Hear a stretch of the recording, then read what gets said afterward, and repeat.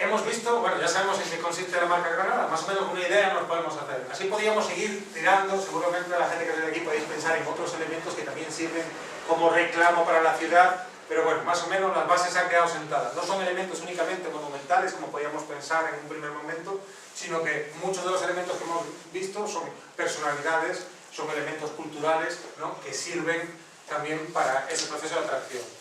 Ahora lo que vamos a ver en esta segunda parte, antes de meternos ya en el análisis de los casos, son precisamente algunas de las dinámicas que vienen asociadas a todos estos procesos de transformación de los que estamos hablando, ¿no? Y sobre todo, ver qué impactos generan.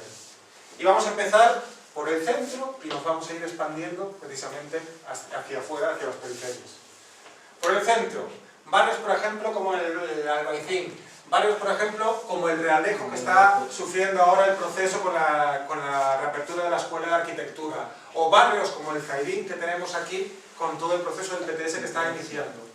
Pues lo que se dan por un lado son esos procesos de expulsión de vecinos.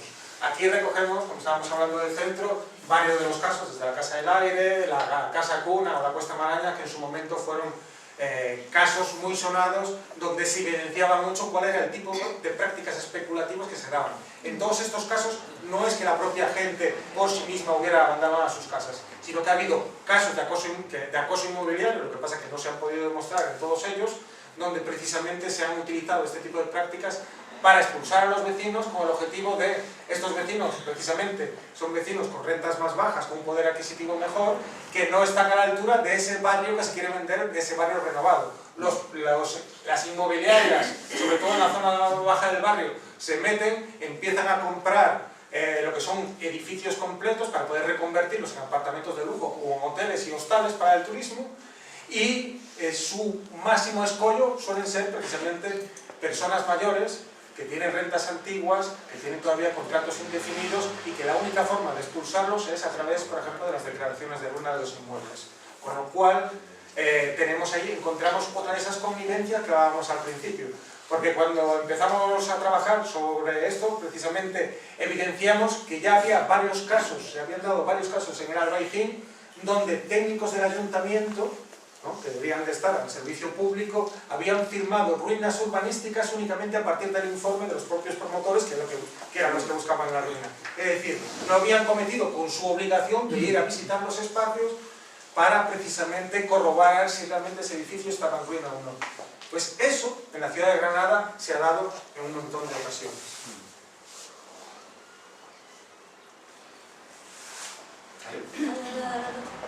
Y claro, ¿qué es lo que pasa? Que es como una caída en cadena, es decir, primero empieza afectando a las personas de un barrio con menos poder adquisitivo, con menos recursos para hacer frente a ese nuevo barrio que se está transformando, pero en general va afectando a casi todo el mundo que era habitante del barrio. Por ejemplo, también al pequeño comercio, ¿no? Pues por ejemplo, ahí estamos viendo, reconocéis, ¿no?, los dos sitios. Sí. El de la izquierda es la calle de las Teterías, y el de la derecha el mercado de San Agustín. Claro, entonces tú expulsas a los vecinos de toda la vida del barrio y los comercios de toda la vida del barrio se quedan sin clientes. Y entonces hay que buscar nuevas alternativas de cómo revitalizar esos espacios, atrayendo a la nueva clientela que podrían ser los nuevos habitantes del barrio o gente que va al barrio a visitar precisamente por esos comercios. En el caso de la izquierda, la calle de las Teterías, pues está como muy enfocada al turismo y es como la recreación de Marrakech, ¿no?, en una calle. Pero yo, por ejemplo, he llegado a ver en esa calle una zapatería, una relojería, una carpintería, cosas que ya no existen. ¿Por qué? Porque los comercios no pueden subsistir con los pocos clientes ya que quedan y porque hay un interés en convertir la calle en un reclamo para atraer el turismo. Pero al final, como todas las tiendas son básicamente iguales, tampoco es que se genere más negocio, solo se genera como una idea de cómo podría haber sido esa calle, pues no sé, igual hace 500 años, ¿no? Eso es lo que tratan un poco de intentar hacer parecer. Y por otro lado, pues está esta nueva renovación de los mercados de abastos de toda la vida, que sobre todo están ocurriendo en las zonas céntricas de las ciudades, y San Agustín no es una excepción, es decir, en todas las grandes ciudades, el barrio del centro tiene un mercado abasto y ese mercado abasto se ha convertido en un comercio de delicatessen. ¿Qué es lo que pasa? Que dificulta aún más a la poca gente que queda ahí viviendo, porque ya no es el sitio donde ir a comprar, el sitio donde ir a comer sushi o a comer ostras. Y después tampoco funciona exactamente, ¿no? Porque no es que solo por hacer una intervención urbana tú cambias un patrón de convivencia, pero lo que está claro es que la gente que sigue viviendo se queda sin ese comercio de proximidad tan necesario y además, pues eso siente que el barrio pues ya no es el barrio donde quiere hacer su vida, puesto que para salir a comprar, para hacer cualquier cosa de la vida cotidiana, tiene que desplazarse hacia fuera. Seguimos con las dinámicas. Tematización muy vinculada, Ari ya lo ha adelantado un poco, de hecho le sacamos una foto. El tema de la tematización, ¿qué es? ¿Os suena algo de eso de parque temático? ¿Sí? ¿Qué es un parque temático? Donde se concentra un tipo de producto exclusivamente, ¿No? como el caso del PTS, o en el caso del Sacromonte, ese tipo de negocio. Bueno, los parques temáticos suelen estar orientados al ocio, ¿no? Principalmente. Podemos pensar en la Warner, podemos pensar en, no sé, Disneyland, pensar en lo que queramos. Bueno, pues ya no tenemos que irnos tan lejos para pensar en ese tipo de cosas. O sea, porque precisamente ahora, principalmente en los centros de las ciudades, se están convirtiendo en pequeños parques temáticos. Y la tematización, lo que dice, lo explicó muy bien el compañero, se trata de generar una atmósfera en torno a recrear una atmósfera en torno a un determinado producto. Vemos, por ejemplo, esta foto es mucho más pintoresca y se ve mucho más ese carácter que la otra, por ejemplo, ¿no? Te metes por ahí, parece que estás en un zoco de... a saber dónde. Realmente ahí, te proyecta ahí, y nos vamos unas calles más arriba y mirad lo que encontramos en el otro lado. ¿Qué es eso? La chumbera. Exactamente, una zambra ahí, y nos vamos que aquel Sacromonte está lleno de zambras, pero ya sabemos qué tipo de zambras hay. Si habéis ido por ahí, están todas orientadas al turismo. De hecho, donde se palma el mejor flamenco precisamente no son esos espacios abiertos al turismo, sino tienen sus espacios reservados precisamente para la gente que dedica a eso. Es decir, que se vende como un producto exclusivamente de consumo, ¿no? Incluso el otro día estábamos en una de estas presentaciones y alguien comentaba cómo precisamente había escuchado una discusión entre un patrón y uno de los músicos, que el patrón le estaba llamando, echando la bronca porque no estaba haciendo las cosas como debía, y el músico decía, pues si son turistas y no se tienen que matar. ¿No? Entonces llega hasta ese punto en que me da igual, lo único que estoy buscando es, a través de un elemento cultural, intentar reproducir o sacar un mayor rédito en ese sentido. Muy buenas, puedes pasar. Gracias.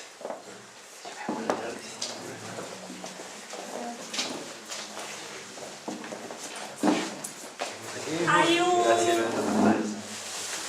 no solo es recrear la atmósfera de una cultura concreta, sino también musificarla por completo, es decir, despojarla de la poca vida que le queda para convertirla en un objeto solo para visitar y conocer, pero ya sin gente. El problema es que cuando todavía hay gente, lo que hacen es que echan primero a la gente para luego convertirla en museo, ¿no? No esperan a que la gente ya no exista y dice, bueno, esto ya tiene categoría de museo antropológico, de museo etnográfico, porque ya esto no se hace, entonces es una forma de que se mantenga la memoria viva. No, vamos a acabar con la memoria viva que hay y vamos a recrear una que la gente pueda visitar, pero ya sin los conflictos que la propia vida nos generaba. Y es lo que se pensaba hacer con las cuevas de San Miguel Alto, ¿no? Bueno, el proyecto en realidad sigue latente, es decir, desde 2007 que por lo menos nosotras asistimos al primer desalojo de las cuevas de San Miguel. Esto se ha intentado hasta en 4 ocasiones desde entonces, y desde primera hora sabemos que la idea era como proyectar un gran hotel con algunas teterías y algunos establecimientos así que le dieran como más... Sí. Y luego algunas cuevas conservarlas y dentro de esas cuevas recrear cómo era la vida en las cuevas. Pero para eso hay que echar a la gente de las cuevas antes.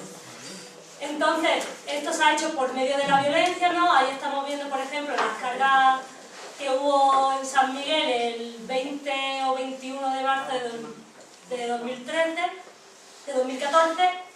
en la que hubo personas que salieron heridas, y sin embargo, luego no se volvió a hacer nada. Son como distintos toques de atención que van dando para avisar que el espacio no les pertenece. O sea, están haciendo ahí su vida, legalmente tampoco pueden ni siquiera hacer las obras que tenían proyectadas porque es un sitio con cuevas, es decir, no pueden meter bulldozer y excavadoras como tenían pensado, es un terreno que está protegido, pero sin embargo, bueno, pues siempre están presionando, ¿no? Y ahora, por ejemplo, en estos de Sauces había el caso de unos habitantes a los que no dejaban empadronar precisamente para que no puedan con el paso de los años poder reclamar ese espacio, ¿no?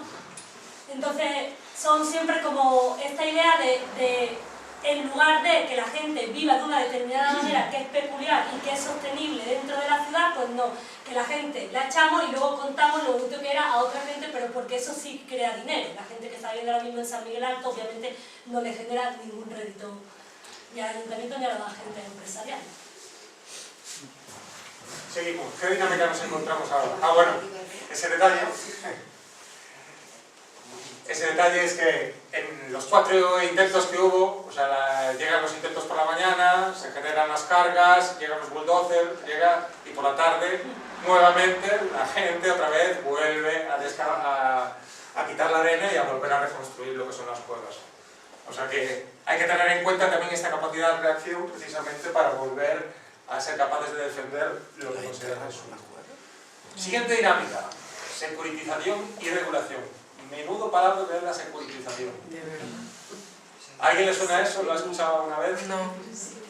Securitización vienen a ser una serie de políticas que van encaminadas a generar un determinado estado de inseguridad a través de la excesiva seguridad. Es decir, vosotros pensáis, si vosotros entráis ahora en el mercado de abasto o en la estación, tranquilamente como está ahora, entráis, compráis vuestro billete, vais a entrar y no pasa nada. Pero ¿qué pasa si entráis y veis a 4 maromos con unos petazos de metralletas que tenemos aquí así? Ya simplemente verlo, el acojón, más que daros seguridad, os da acojones, ¿verdad? ¿No? Pues imaginaos el trasladar esto al resto de la ciudad. Aumenta la presencia policial, aumenta el tipo de dispositivos que utilizan, es decir, las diferentes armas de control de la población han ido evolucionando. No tenemos ahora lo mismo, por ejemplo, las pelotas de gas pimienta se introdujeron en el 2012, los cañones de agua todavía no se han introducido en esta ciudad, pero sí ya están metidas en otras ciudades. Es decir, que la evolución de mecanismos a la hora de controlar la población sigue evolucionando, pero esos son solo los mecanismos que más se ven. Ari mencionaba, por ejemplo, el tema de otros mecanismos que son mucho más sutiles y sin embargo son mucho más eficientes. Nos referimos, por ejemplo, a la gestión o regulación de las calles, concretamente a las ordenanzas, en este caso de la convivencia, que son las hermanas pequeñas territorialmente, como muy bien dijo Ari, de lo que es la ley Mordaza a nivel estatal. Pero fueron pioneras en ese sentido a la hora de empezar a tantear hasta qué punto se puede controlar determinados elementos que suceden en el espacio público. Un primer experimento fue la ley antibotellón, que se centraba precisamente en el consumo de bebidas alcohólicas en el espacio público. Esta ley ya daba el salto. Es decir, ya estaba hablando en términos mucho más absolutos y mucho más abstractos. ¿Qué es la pacífica convivencia ciudadana? ¿Quién la define? ¿Quién dice si es pacífico o quién no lo dice? Pues precisamente crearon un instrumento que les permitía intervenir en los momentos en los que bajo otra legislación no podían intervenir. A su vez, lo que generaron es precisamente que determinados mecanismos, como por ejemplo pedir autorización para una concentración, ¿no?, que en aquellos momentos cuando surgió nadie se planteaba, estaba únicamente el tema de comunicar a su delegación como mucho, pues estas normativas introdujeron por primera vez la obligatoriedad y contradecían en ese caso con la ley estatal, que la ley estatal dice que únicamente tienes que comunicar, pues las ordenanzas te obligaban a comunicar, sobre todo cuando ibas a utilizar determinadas herramientas, a pedir autorización. Es decir, ya no era que tú le estabas comunicando a la subdelegación, era que el ayuntamiento te obligaba a que si querías hacer algo, tenían que ellos darte autorización. Pero lo más importante casi no es eso, lo más importante es cómo nos ha afectado a las personas. Cuando empezamos a trabajar con esto en el 2009, y cuando terminamos el libro en el 2013, nuestros compañeros y compañeras con los que habíamos trabajado precisamente sobre el tema de la ordenanza en la calle, 4 años después de haber estado durante 2 años trabajando codo con codo, lo primero que hicieron cuando vieron el libro fue llevarse las manos a la cabeza y decir: ¡hostia, la ordenanza! Es decir, que si las propias personas que estaban más sensibilizadas en torno a este tipo de mecanismos habíamos absorbido hasta tal punto que habíamos naturalizado que ese tipo de ordenanzas estuvieran vigentes, imaginaos lo que puede suceder con la gente que no tiene ni siquiera ese grado de alerta para percibir hasta qué punto puede construir un tipo de ordenanza así. Es decir, esas ordenanzas lo que hacen es ir perfilando el modelo de ciudadano y ciudadana que necesita el tipo de ciudad que quieren construir. Una ciudad donde el espacio público carezca de un carácter político y vivaz y de socialización, sino que se convierta en un mérito lugar de tránsito, y que las ciudades únicamente se sirvan para consumir desde ese aura de seguridad que nos venden con las políticas de securización.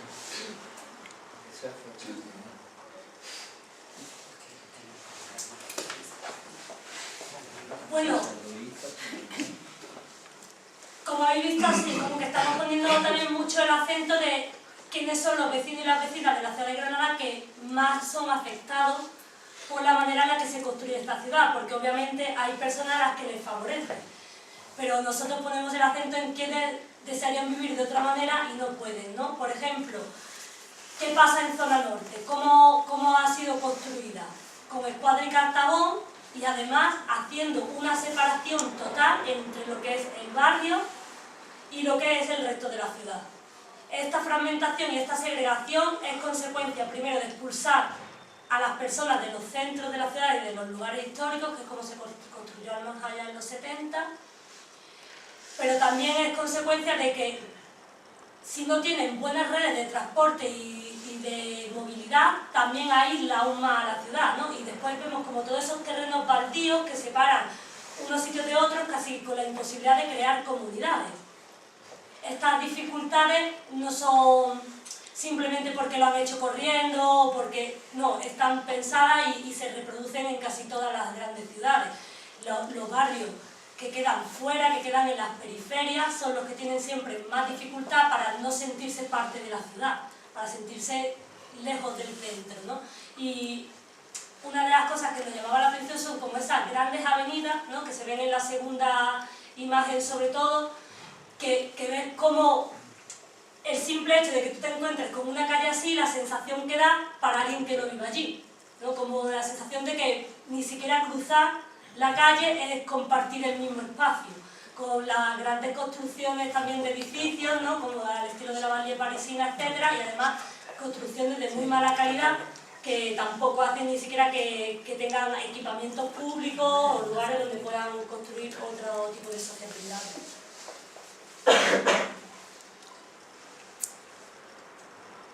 Otro elemento que tenemos, avance de lo privado frente a lo público. Esto lo hemos ido mencionando ya a lo largo, pero por aquí tenemos, ¿alguien reconoce esa imagen? ¿La Corrala Santiago? No, pero podría ser. Me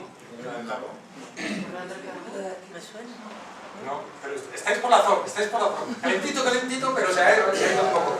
Es la casa de los Migueletes. ¿De? La casa de los Migueletes, el antiguo cuartel, que a su vez fue convento de los franciscanos y finalmente acabó siendo, tras una concesión de 50 años, un hotel de 5 estrellas, un hotel privado. Esto, lo que es la venta o la concertación de determinados elementos patrimoniales... ¿Eso está en calle Elvira?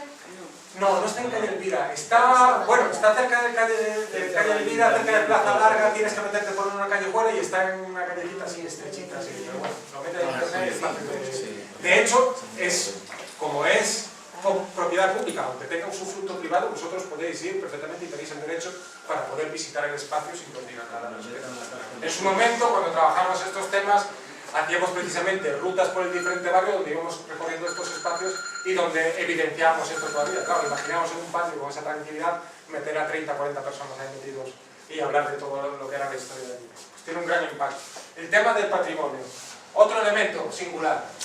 ¿Qué es esto? Plaza Nueva. Virrambla podría ser Virrambla, no es Virrambla. La Real Chancillería. Sí, no, pero escuchen por ahí Virrambla. Exactamente, Plaza Nueva. No, ni a último.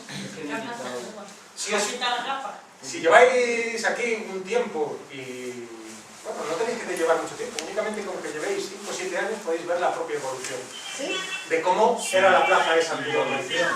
Empezó en un principio con algunas mesas, pero no tenían nada de equipamiento de este tal. O sea, no tenían ninguna barreras ni nada.